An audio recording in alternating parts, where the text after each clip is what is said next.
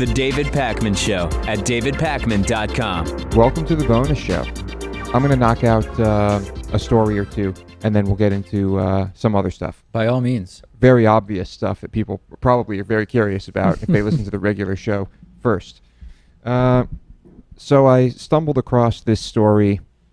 Some photographers went out and they documented Olympic ghost towns. And we're highly critical of the Olympics. It seems that every place the Olympics visits, it ends up just being a disaster for the people who live there, for everything. But then there are these areas where the Olympic villages were sort of separate from the centers of town. They might have been a bit more remote, or there were just certain sections of town dedicated to them. A lot of the pictures here are from Sarajevo, where the Olympics were held in 1984. Right. And it's just, it's been abandoned since the Olympics finished, basically. It's just a total ghost town. There are remnants of the ski jumps, the luge, the, you name it, all sorts of stuff. And this stuff was just never used again. And it's really not that surprising. This is kind of how it goes with the Olympics. I'm wondering if this is what Sochi, the stuff in Sochi will look like, or if that was already dismantled. Athens is another one. Athens 2004, and Dave's looking at the pictures now too. It's pretty interesting. It seems like the exception to the rule is what happened in Atlanta to some degree, where they turned at least the Olympic Village into low-income housing, and it's used and it's somewhat vibrant, and they've built some common areas and courtyards and things like that. But this is actually pretty common with Olympics. Yeah. The Athens pictures are, this stuff clearly was never used again in Athens. And there are some impressive structures, and I mean, this stuff could be put to good use, but, well, no such luck. So, I don't know, next time you're vacationing somewhere, try to find out if there are Olympic ruins somewhere around. I'd still prefer to go to like Chichen Itza than old ski jumps that have become dilapidated. But if I don't have the choice between the two, I guess I would check out the Olympic ruins. Well, I was in Athens recently, and had I known, I might have gone straight from the Acropolis to the Olympropolis. The destroyed diving pool or whatever that is now decrepit. Have you guys been watching Olympics? I actually have started watching a little bit more. Yeah, but the gymnastics stuff is pretty much over, right? And so I've kind of checked out. Jason? Not at all. Been boycotting it in my own really? way. Yeah. Deliberately? Fully, yeah. Huh. Yeah, I'm going to have a real problem with the Qatar World Cup if it does stay there, because you know I love soccer, and I would be rooting for Argentina, but it's particularly grotesque what's going on there between the slave labor, the bribery and corruption even to get it in Qatar, the fact that, I mean, Jews are not even really completely safe in Qatar, right? I mean, it's like, how can I in good conscience be like, yeah, I'm going to watch the Qatari World Cup? I feel like I'm sort of participating in the problem, you know? Well, will they even pass the qualifiers, you think, Qatar? Oh, I think that the host team automatically gets in. I think that's part of the deal, yeah. So we can just root for them to lose, which they will very quickly. Yeah, probably. Yeah, which is great, because fuck them. All right. Also, Ryan Lochte and a couple other Olympians got robbed at gunpoint. Yep. Really not that surprising. No. It's Rio de Janeiro. I mean, what do you expect? Okay. Here's one more quick one. This is incredible. I love this. I love it, yeah. The Greenland shark. A shark that we've been aware of for a very long time. Really hasn't been studied that much, but a new scientific paper is claiming that these creatures can live up to 400 years, making it the longest-lived vertebrate on Earth, surpassing all sorts of whales. This is amazing. Now, they have one that they say that they have determined is somewhere between 272 and 512 years of age. Yes, and it's very spry, interestingly enough. Yeah. Now, I know that that's a pretty wide range, but if they are certain that it is at least 272 years old. It's already amazing. Yes. So this is just fascinating. Yeah, I mean, we're just learning this. It's just incredible. I mean, they're talking about, oh, well, we can study this and learn about longevity and that type of thing, and that's true. I mean, definitely.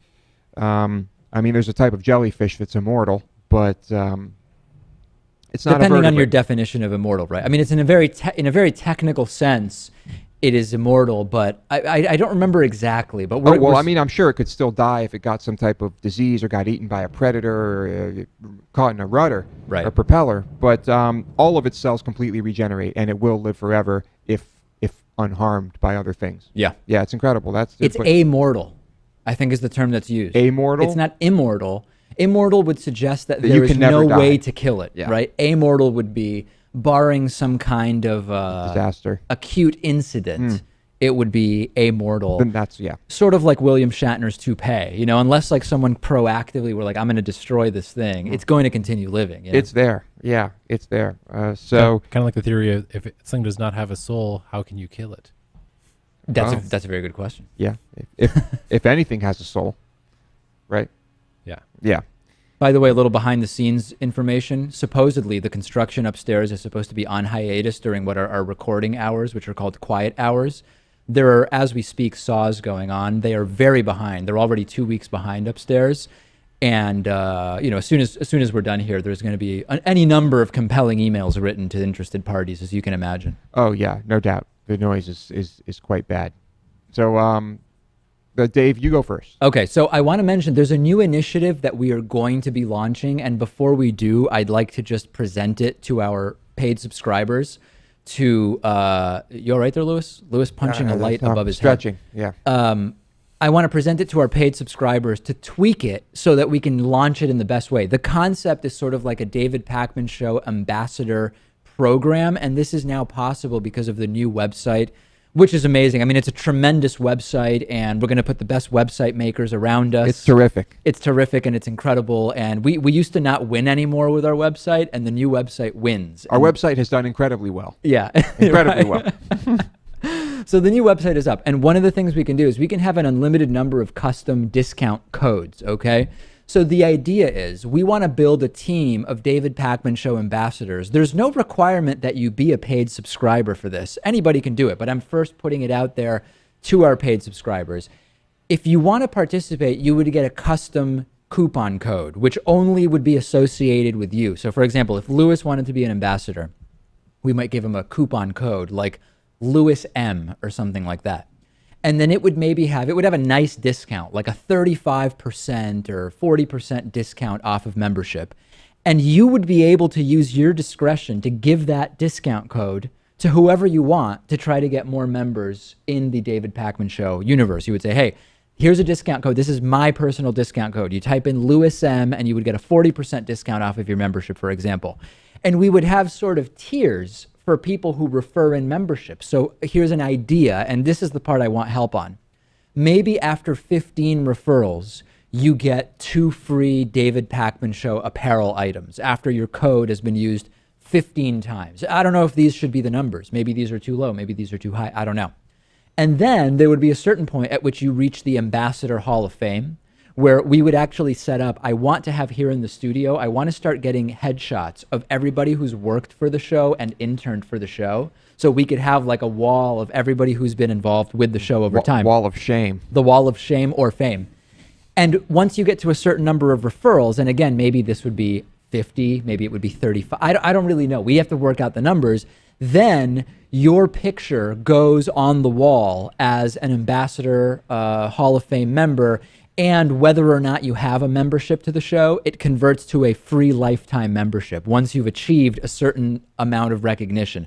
Now, Lewis, because of and actually your background also, Jason, in everything ranging from Magic the Gathering to various role-playing games, I feel like you guys might have insight into this, because don't a lot of those games have these sort of like reward systems where you have to establish ways to level up that are, make sense, etc.? Well, what you're talking about very specifically is called gamification. Ah. And there are experts from the gaming world who will go into businesses and gamify. Say, okay, how do we incentivize people to do better, to do this, to do that? How do we reward them? How do we make this more fun and interesting? And it's called gamification. Right. That's all I know about it. Okay, good. So now that we've established terms, Jason, how would you go about figuring out what the tiers should be? Like, I thought, okay, maybe 15 and 50 are the numbers for referrals, but maybe those numbers are crazy. Maybe they need to be adjusted over time. I don't really know. I'm going to go with the Sims approach. I was told when you play the game Sims, you don't do anything until the game demands it. So maybe open up to the audience, say, what do you people want? Because they're going to be the ambassadors. Want to give them a chance to, give the say. What do they want? Do they want David Pakman Show swag? Do they want free memberships? I'd say let the people speak. Another possibility would be once you have achieved Ambassador Hall of Fame status, you are invited to Skype in and hang for the duration of like an entire segment, like participate in 3 or 4 stories. Maybe that would be interesting to some people once they've achieved Hall of Fame status. I don't really know, but we're just sort of thinking out loud here. Oh, that's a good one. Yeah. I like that. Yeah. Anyway, the idea is to launch this like maybe within the next 4 to 6 weeks or something like that. So email in, let me know your thoughts, and it's an idea that we are sort of fleshing out together in concert with the audience. Okay. And one more thing, how are we doing on time? We're doing okay. Yeah. So the big announcement. Yeah. I know that people probably want to hear more about this. Right. Now, what has not been said, Lewis will be departing the David Pakman Show. We had a conversation that lasted about 10 minutes on the regular show today. Yeah.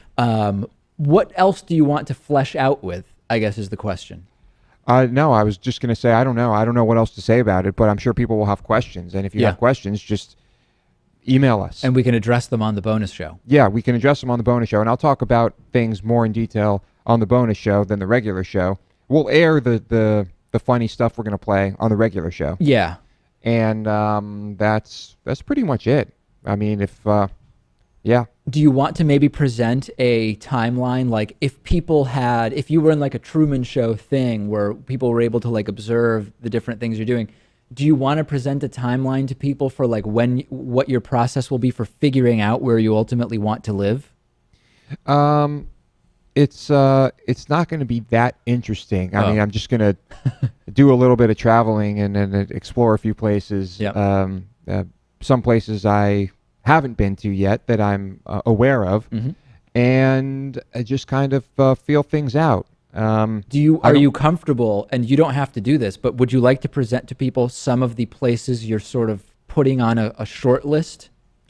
Yeah, well, I mean, as far as U.S. warm, and one of which is warmish, East Coast kind of type places, whatever that means.